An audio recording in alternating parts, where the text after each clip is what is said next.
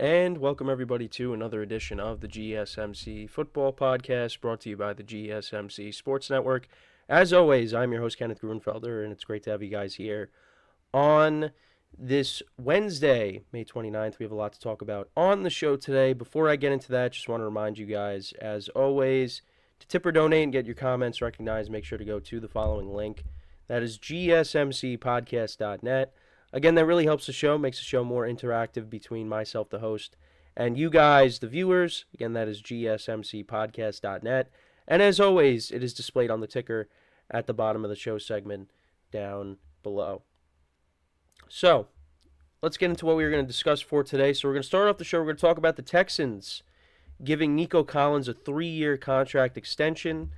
So, we'll get into that at the start of the show here. Then in the second part of the show, I will continue my schedule breakdown for each team in the NFL. So today, we'll be doing the Packers. Yesterday, I did the Detroit Lions. Then in the third part of the show, we'll talk about Jamar Chase and T. Higgins not being at OTAs. And we'll talk about what head coach Zach Taylor had to say on the matter. Then in the fourth part of the show, we will talk about Raheem Mostert and some of his recent comments on what the Dolphins have to do to overcome their recent playoff struggles. They've been one and done the last couple of years, so I wanted to get into what Mostert had to say on how they can get over that hump. And then in the final part of the show, we'll talk about Caleb Williams and some early reactions to his him practicing in OTAs, because there's been some overreactions, so I wanted to get into that and why we got to be patient, at least for the moment. So that's the rundown for the show for today.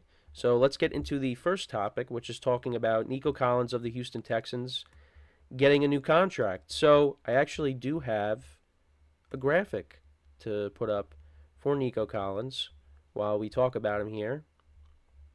So there you go. If you noticed, a lot of hosts have been doing this recently, and been getting new graphics to make the show more, more lively, I guess. And it's a great idea. It makes our job easier.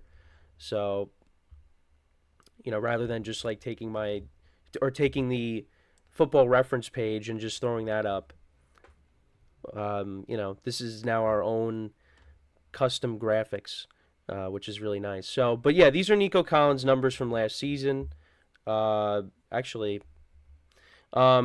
yeah, he's coming off of a solid season, and he's been in the league, I think, since 2021, and that was back when the Texans had Davis Mills at quarterback and Tyrod Taylor as well. But yeah, I mean, he's coming off of his best season so far, and the Texans, they're looking to really make some noise this year. So the specifics on the deal, and I have them here. So he signed a 3-year, $72.5 million extension, which includes $52 million guaranteed. The deal has a maximum value of $75 million. Now, this new contract makes him one of the top 10 highest paid wide receivers in the NFL, with an average yearly salary of nearly $24.2 million, placing him 7th among all wide receivers, just ahead of DK Metcalf. And like I said, had a breakout season, as you can see right there, almost 1,300 yards receiving, 80 receptions, and you go back to his previous 2 seasons, 33 receptions in 2021, 37 receptions in 2022, and he had 446 receiving yards in 2021 and 481 yards in 2022, and combined for his first 2 seasons, he had 3 touchdowns. Last year he had 8. And he's a part of a receiving corps that is primed to do big things in 2024. Because you got him, you got Tank Dell, and now you got Stephon Diggs in the fold. And that's arguably the best trio of wide receivers in the NFL. Now, they haven't played a game yet together, but I think when we get towards the end of the season, they're going to be looked at as one of the best trios. And I know I did a topic on that earlier this offseason, and they were regarded as, one of the best. But again, Stephon Diggs is now in the fold. They haven't played yet with Diggs, but that combined with who's throwing them the ball, and that's C.J.Stroud. C.J.Stroud is primed for a great 2024 season. And this Texans team won 10 games last year. I think that number's going to go up a little bit. And you could look at them as being the favorites to win the AFC South. To me, they are, and I'm probably going to pick them. And now it's about taking that next step. They won a playoff game. They got to the second round of the playoffs. Now let's see them go even further. And I think they can. And we saw how, they played against the Ravens those 2 times last year and didn't go so great. But I think it's going to go, I think it'll be different this time around. Now, that doesn't mean, when I say that, that doesn't mean I think the Texans are just going to wipe the floor with the Ravens. I think those games are going to be closer now. And we'll see how C.J.Stroud matches up against Patrick Mahomes later in the season, how he's going to match up against Josh Allen. We saw Stroud go into Cincinnati and beat Joe Burrow. So now we'll see how he does against some of these other quarterbacks.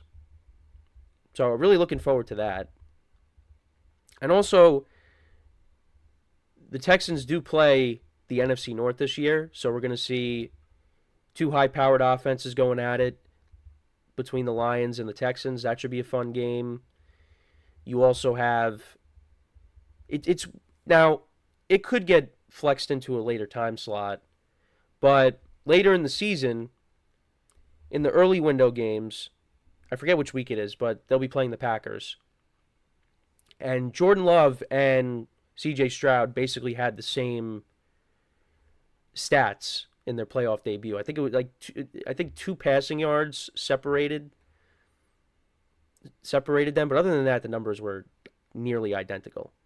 So that should be a fun game. They're going to be a lot of fun to watch. And Nico Collins, a guy that, the first 2 years in the league, really wasn't putting up monster numbers. Then you get a quarterback in there, and he looks like a really good wide receiver. Kind of made all the difference. And it's going to be hard for defenses to kind of attack this offense because they could beat you so many different ways. Now, you probably look at their running game. Joe Mixon, he's getting up there in age, but I think he could still run the football effectively. This team is going to just be throwing the ball. That's really what their strength is going to be. And of course it is. Because you got a young quarterback that can air it out. You got the weapons. But if you could get a nice balanced attack with both the run and the pass, that only just enhances your team.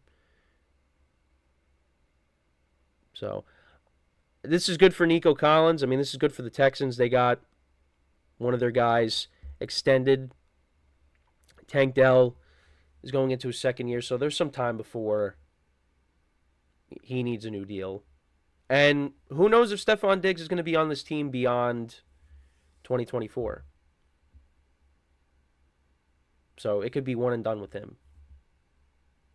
But like I said, got to be excited about the Texans. I'm really looking forward to watching them take the field and how they do now with Diggs in the fold. How they could perform. But let me know what you guys think about Stefon Diggs' new deal. Or Nico Collins' new deal. What are your expectations for him going into 2024? Because I think, 80 receptions is a lot. I think that's probably going to be down a little bit. I think the receiving yards could be down a little bit just because I feel like, with C.J.Stroud, he's going to be spreading the ball around a lot. Diggs is going to get a lot of targets too. But who knows? We'll see. But yeah, let me know what you guys think about Nico Collins' new deal.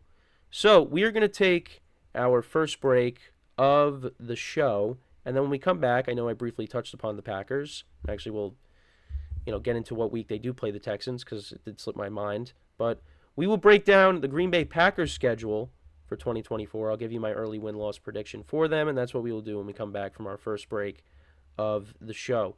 So with that being said, stick around, and we'll be right back here on the GSMC Football Podcast.